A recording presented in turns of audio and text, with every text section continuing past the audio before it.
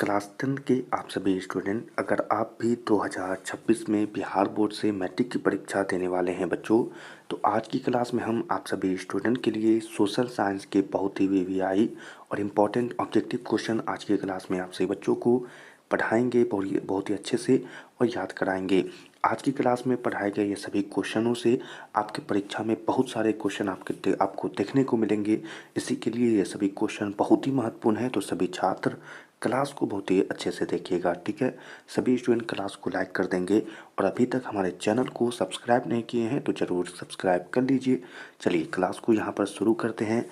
पहला क्वेश्चन सभी बच्चों के लिए बहुत ही महत्वपूर्ण और बहुत ही इम्पोर्टेंट प्रश्न पूछा जा रहा है कि काली मृदा का दूसरा नाम क्या है। बहुत ही आसान क्वेश्चन है पर परीक्षा के लिए बहुत ही महत्वपूर्ण है और इम्पोर्टेंट है। तो क्या करना है, अच्छे से प्रश्न को समझना है और याद कर लेना है। तो काली मृदा का दूसरा नाम क्या होता है, तो इसके लिए सभी स्टूडेंट याद रखेंगे कि काली मृदा का दूसरा नाम रैगूर मृदा होता है। आप इसे जल्दी से याद कर लीजिएगा, रैगूर मृदा यहाँ पर आंसर हो जाएगा। अगला क्वेश्चन है कि मरुस्थलीय मृदा का विस्तार निम्न में से कहाँ है। तो यह प्रश्न अगर आपको पूछा जाए कि निम्न में से कहाँ है, तो आप कहेंगे कि राजस्थान में है, ठीक है। तो मरुस्थलीय मृदा का विस्तार निम्न में से कहाँ है, तो राजस्थान इसका आंसर हो जाएगा। चलिए अगले क्वेश्चन को यहाँ पर देखेंगे। प्रश्न है सोपानी कृषि किस राज्य में प्रचलित है। तो इस प्रश्न के लिए आपको याद रखना है कि सोपानी कृषि उत्तराखंड में बहुत ज़्यादा प्रचलित है। इसी के लिए आंसर हो जाएगा कि सोपानी कृषि किस राज्य में प्रचलित है, तो उत्तराखंड। अगला क्वेश्चन है कि पंजाब में भूमि निम्नीकरण का मुख्य कारण क्या है। तो आप जानते होंगे कि भूमि निम्नीकरण का मुख्य कारण जो है अधिक सिंचाई है। तो यहीं पर इस प्रश्न का आंसर हो जाएगा कि अधिक सिंचाई ही मुख्य कारण है। चलिए अगला क्वेश्चन यहाँ पर पूछा जा रहा है, कौन सी मिट्टी कपास की खेती के लिए सर्वोत्तम मानी जाती है। तो यहाँ पर आपको बता दें बच्चों कि काली मिट्टी जो है वो कपास की खेती के लिए सर्वोत्तम मानी जाती है। तो आंसर क्या होगा, काली मिट्टी हो जाएगा।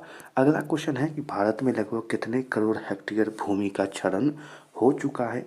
तो यहाँ पर आंसर हो जाएगा 13 करोड़ हेक्टेयर ज़मीन का क्षरण हो चुका है। तो आप इस डाटा को अच्छे से याद कर लीजिए। चलिए अगले क्वेश्चन को यहाँ पर देखेंगे। तो सही बच्चों के लिए बहुत ही वीवीआई प्रश्न है, तो आप क्या करना है, प्रश्न पढ़ेंगे और आंसर बताएंगे। प्रश्न यहाँ पर पूछा जा रहा है कि मेढक के प्रजनन को नष्ट करने वाला रसायन कौन सा है। तो यहाँ पर आप जान लें कि एंथ्रीन जो है क्या है, इसके प्रजनन को नष्ट करने वाला रसायन होता है। नाम याद रखना है एंथ्रीन। अगला क्वेश्चन है, देश के बांधों को किसने भारत का मंदिर कहा था। तो वो कौन थे, पंडित नेहरू थे। तो आप इसे यहाँ पर याद कर लेंगे, पंडित नेहरू यहाँ पर आंसर हो जाएगा। अगला क्वेश्चन है, कुल जल का कितना प्रतिशत भाग महासागरों में निहित है। तो इसके लिए आपको जो आंसर याद रखना है वो है 95.5% क्या है, महासागरों में निहित है। चलिए अगले क्वेश्चन को यहाँ पर देखेंगे। तो प्रश्न है, सही बच्चे पढ़ेंगे और आंसर बताएंगे। प्रश्न है, बृहद क्षेत्र में जल की उपस्थिति के कारण ही पृथ्वी को हम क्या कहते हैं। बहुत ही आसान प्रश्न है, पृथ्वी को हम नीला ग्रह कहते हैं और यहीं पर इस प्रश्न का आंसर हो जाएगा कि नीला ग्रह आंसर होगा, ठीक है। अगला क्वेश्चन है, बिहार में अति जल दोहन से किस तत्व का संकेंद्र पता है। तो यहाँ पर आप कहेंगे कि आर्सेनिक का संकेंद्र जो है वो पता है। इसके लिए यहाँ पर इसका आंसर हो जाएगा। अगला क्वेश्चन यहाँ पर जो पूछ रहा है, प्राणियों के शरीर में कितना प्रतिशत जल की मात्रा निहित होती है।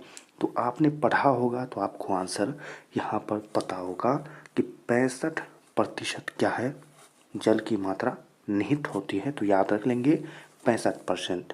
अगला क्वेश्चन है कि विश्व की कितनी प्रतिशत जनसंख्या भारत में निवास करती है। तो आप जानते होंगे 16% ये डाटा है, तो आप इसे याद कर लीजिए। अगला क्वेश्चन जो पूछा जा रहा है कि निम्न में से कौन बिहार की प्रमुख नदी घाटी परियोजना है। तो आप अगर पढ़े होंगे तो यहाँ पर अगर आप देखेंगे तो सोन नदी घाटी, यहाँ पर जो इसका आंसर हो जाएगा सोन नदी घाटी। चलिए अगला क्वेश्चन यहाँ पर देखेंगे। प्रश्न है, प्रश्न पढ़ेंगे और जल्दी से आंसर बताएंगे। प्रश्न है यहाँ पर कि भारत में 2001 में कितने प्रतिशत भौगोलिक क्षेत्र में वन का विस्तार था। तो हम जब डाटा देखते हैं तो हमें पता चलता है कि 19.27%, ठीक है। तो आंसर याद कर लेना है। अगला क्वेश्चन है कि वनस्पति रिपोर्ट 2005 के अनुसार भारत में वन का विस्तार है। तो आप कहेंगे 20.60% भौगोलिक क्षेत्रों में, 20.60% भौगोलिक क्षेत्र में क्या है, विस्तार है। अगला क्वेश्चन देखेंगे, बिहार में कितने प्रतिशत भौगोलिक क्षेत्र में वन का फैलाव है। तो यहाँ पर आंसर याद रखना है कि 7.1% क्षेत्र में वन का फैलाव है, तो यहाँ पर याद कर लेना है, ठीक है।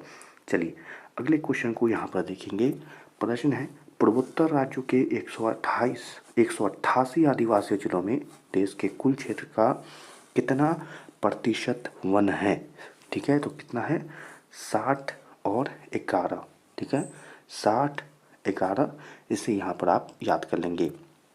अगला क्वेश्चन है, भारत के किस राज्य में वन का सबसे अधिक विस्तार है। तो किस राज्य में सबसे अधिक विस्तार है, तो वो मध्य प्रदेश है, ठीक है, याद रखना है। किस राज्य में पूछा जा रहा है, तो आंसर क्या होगा, मध्य प्रदेश।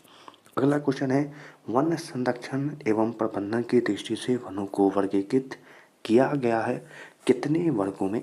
तो आप कहेंगे हम इसे 3 वर्गों में बांटते हैं, तो वहाँ पर आंसर क्या होगा, 3 वर्गों में हो जाएगा, ठीक है बच्चों। और इसी आंसर के साथ आज की क्लास के सभी वीवीआई और महत्वपूर्ण क्वेश्चन यहीं पर समाप्त होते हैं।